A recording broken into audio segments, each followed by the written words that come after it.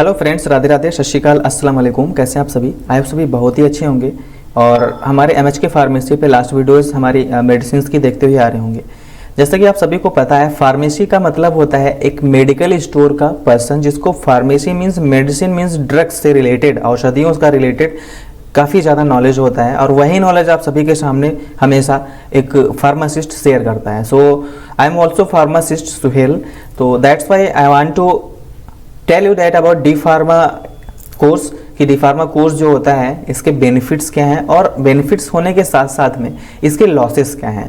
जैसा कि आप सभी को पता है कि आजकल डी फार्मा एक ऐसा कोर्स बन गया है डॉक्टर्स लाइन का, कह सकते हैं मेडिकल लाइन का, जिसमें हर एक घर में एक फार्मासिस्ट बैठा हुआ है। जैसा कि पिछले सालों से हम देखते आ रहे हैं कि हर एक घर में एक परचून की दुकान होती है, मोहल्ले में कम से कम 10-20 दुकानें होती हैं, किसी शहर या कस्बे में पहुंच जाते हैं तो हजारों दुकानें होती हैं। ऐसे ही हमारे मेडिकल स्टोर्स होने वाले हैं। आप सोचिए, अगर मेडिकल स्टोर्स हर गली में, हर मोहल्ले में 10, 20, 50 होंगे तो क्या सभी की इतनी सेल होगी? क्या सभी का इतना बेनिफिट होगा? हमारे हिसाब से नहीं होगा। ठीक है, तो इसी कंटेंट के साथ में हम बताने वाले हैं कि डी फार्मा जो कोर्स होता है, डिप्लोमा इन फार्मेसी, इसको करना सही है या गलत है। इसके साथ में हम बताने वाले हैं फायदे के साथ नुकसान भी जान लो। आपको पता होना चाहिए कि इसके नुकसान क्या हैं। जब तक लॉसेस नहीं पता होते हैं, हम किसी कोर्स के बारे में नहीं सीखे होते हैं पूरी तरह से।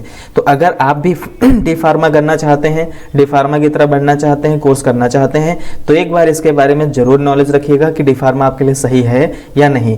सो फ्रेंड्स, आज इसी कंटेंट के साथ में हम प्रेजेंट हुए हैं। So friends, let's go start.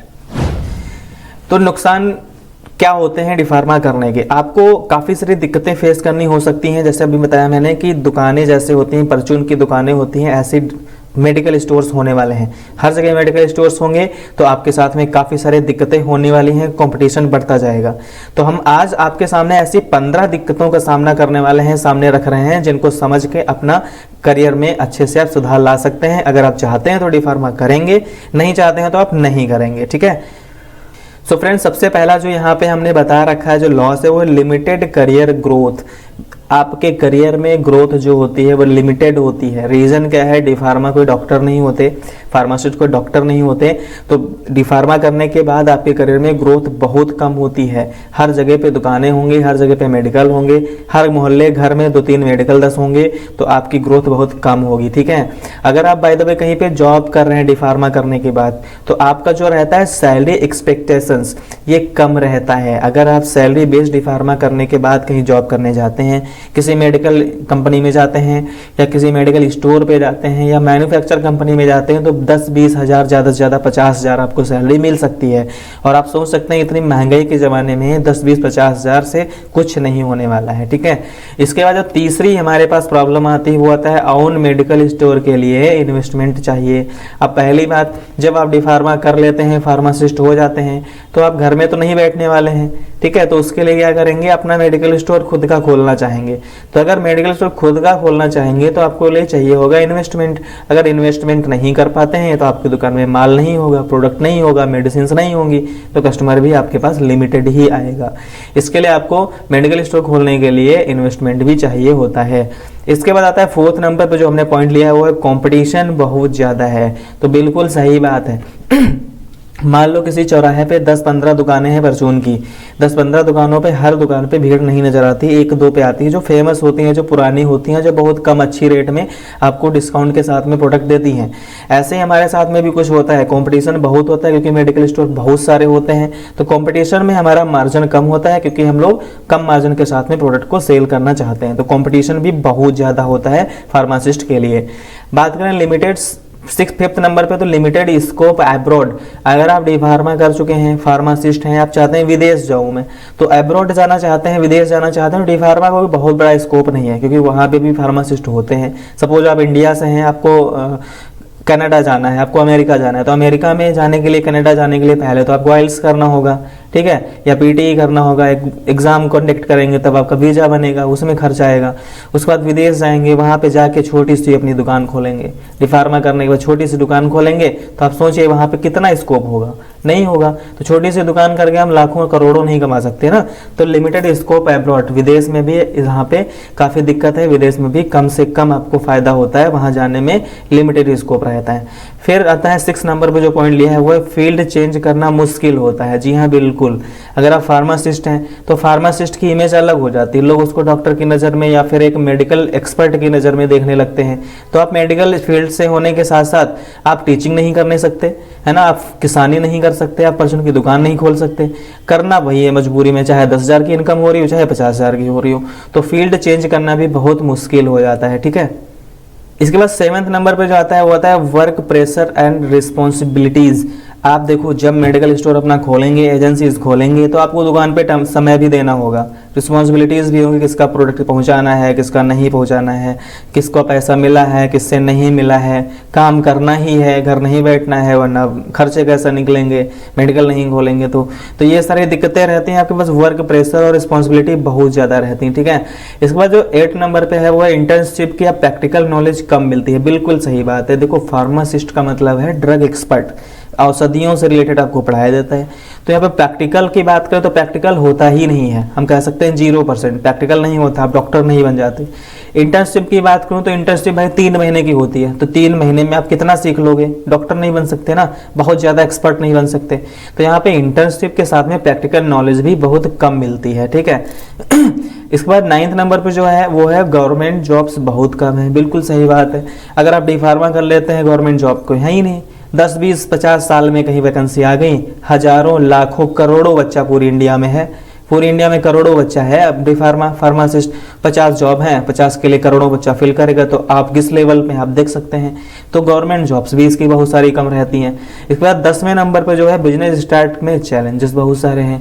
भाई आपको बिजनेस स्टार्ट करना है, उसके लिए बजट चाहिए, आपको दुकान देखनी है, उसके लिए आपको ड्रग एक्सपर्ट से DI से आपको लेटर बनवाना है, दुकान का नक्शा बनवाना है, दुकान की पूरी पैमाइश निकलवानी है, जहाँ पे किराए से है तो उसकी पैमाइश निकलवानी है, खुद से है तो आपको एक अपना बिल्डिंग ऑनरशिप दिखानी होगी।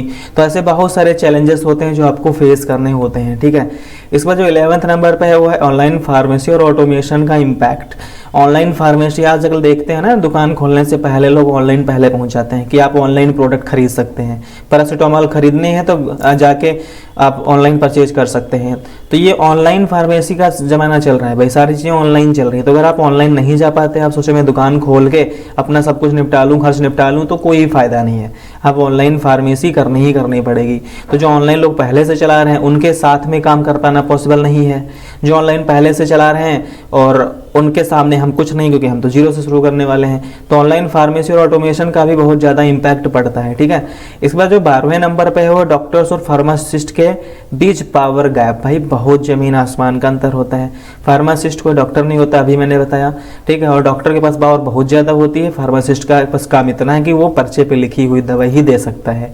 डॉक्टर दवाई दे सकता है, लिख भी सकता है, ठीक है। तो काफ़ी ज़्यादा पावर गैप भी रहता है। इसके बाद 13 नंबर पे है, 13 नंबर पे है limited research and innovation opportunity. जब आप सीख रहे होते हैं उस टाइम पे आपको रिसर्च जैसी चीज़ें नहीं सिखाई जाती, इनोवेशन का कोई पार्टी ही नहीं है इसमें कि आप कुछ करके दिखाएं या कुछ बना के दिखाएं। आप क्योंकि डॉक्टर तो हैं नहीं, आप मेडर का ऑपरेशन तो करने वाले नहीं हैं, है ना, किसी ह्यूमन बॉडी का प्रैक्टिकल होना नहीं है। आपको दवाइयाँ सिखाई जाएंगी, केमिकल सिखाए जाएंगे। तो रिसर्च का कोई मतलब ही नहीं कि आप बहुत बड़े 30 मार्का बन जाए, आपको बहुत नॉलेज हो जाए, ऐसा कोई सीन इसमें नहीं होता है, ठीक है। 14वें नंबर पे जो आता है 14 नंबर पे जॉब सेटिस्फेक्शन का इशू रहता है। सपोज आपको जॉब मिल भी गई, चाहे प्राइवेट सेक्टर में हो चाहे गवर्नमेंट सेक्टर में हो, आपको 20, 30, 50 हज़ार ज़्यादा से ज़्यादा सैलरी मिलेगी, इससे ज़्यादा नहीं मिलेगी। तो आप अपनी जॉब से सेटिस्फाई नहीं रहते, ठीक है। आपको ऐसा लगता है यार मैं तो समय काट रहा हूँ, 10, 20, 50 हज़ार कमा के मैं क्या करूँगी इतनी महंगाई के ज़माने में। तो ये दिक्कत होती है कि जॉब सेटिस्फेक्शन का इशू भी रहता है इसमें, ठीक है। एंड इसके बाद जो 15th नंबर पे पॉइंट आता है, 15 नंबर पे है हमारा रिटेल फार्मेसी में ओवरवर्क और लो प्रॉफिट मार्जिन। देखो रिटेल और होलसेल दो होता है, रिटेल करते हैं या होलसेल करें, तो हम कह सकते हैं कि लो प्रॉफिट या मार्जिन। प्रॉफिट जो रहता है भाई बहुत कम रहता है, मार्जिन जो रहता है बहुत कम रहता है, ठीक।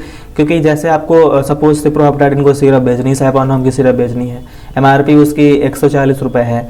अब कंपनी से उसको आप खरीद के लाते हैं उसको 130 रुपये की, 10 रुपये पे काम कर रहे हैं भाई हम लोग। तो 10 रुपये पे काम करके कुछ नहीं होने वाला ना। अगर यहीं आप होलसेल में दे रहे हैं तो 130 की खरीद रहे हैं, 140 की नहीं, आप 135 की ही बेचेंगे। 5 रुपये पे काम कर रहे हैं तो 5 रुपये 10 रुपये कमा के हम लोग क्या ही कर लेंगे। तो ये इशू होता है आजकल फार्मासिस्ट का। तो जिसमें देख सकते हैं मैंने 15 इशूज़ बताए हैं। अगर आप समझदार हैं तो उम्मीद है कि वीडियो समझ में आया होगा और बहुत सारी चीज़ें इससे सीखी भी होंगी। तो आप समझ सकते हैं कि डी फार्मा करने के साथ आपके लॉसेस क्या होते हैं, क्या ये सच में बेकार है करना। तो उम्मीद है बहुत कुछ सीखा होगा इस वीडियो से और सारी चीज़ें लगभग समझ भी आई होंगी। आपको अगर लगता है कि मुझे डी फार्मा करना चाहिए ये सारे इम्पैक्ट जानने के बाद भी, तो आप डी फार्मा करिए, मैं आपके साथ हूँ। आपको जो हेल्प चाहिए होगी आप देख सकते हैं यहाँ इंस्टाग्राम आईडी है, हमारा डिस्क्रिप्शन चेक करिएगा, इंस्टाग्राम की आईडी मिल जाएगी, टेलीग्राम की भी आईडी मिल जाएगी। आप यहाँ पे इंस्टा पे मैसेज करिएगा, टेलीग्राम पे मैसेज करिएगा। आपको कोई हेल्प चाहिए होगी तो मैं हेल्प भी करने के लिए रेडी हूँ।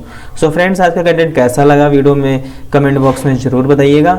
मिलता हूँ नेक्स्ट वीडियो में, तब तक के लिए जय हिंद दोस्तों।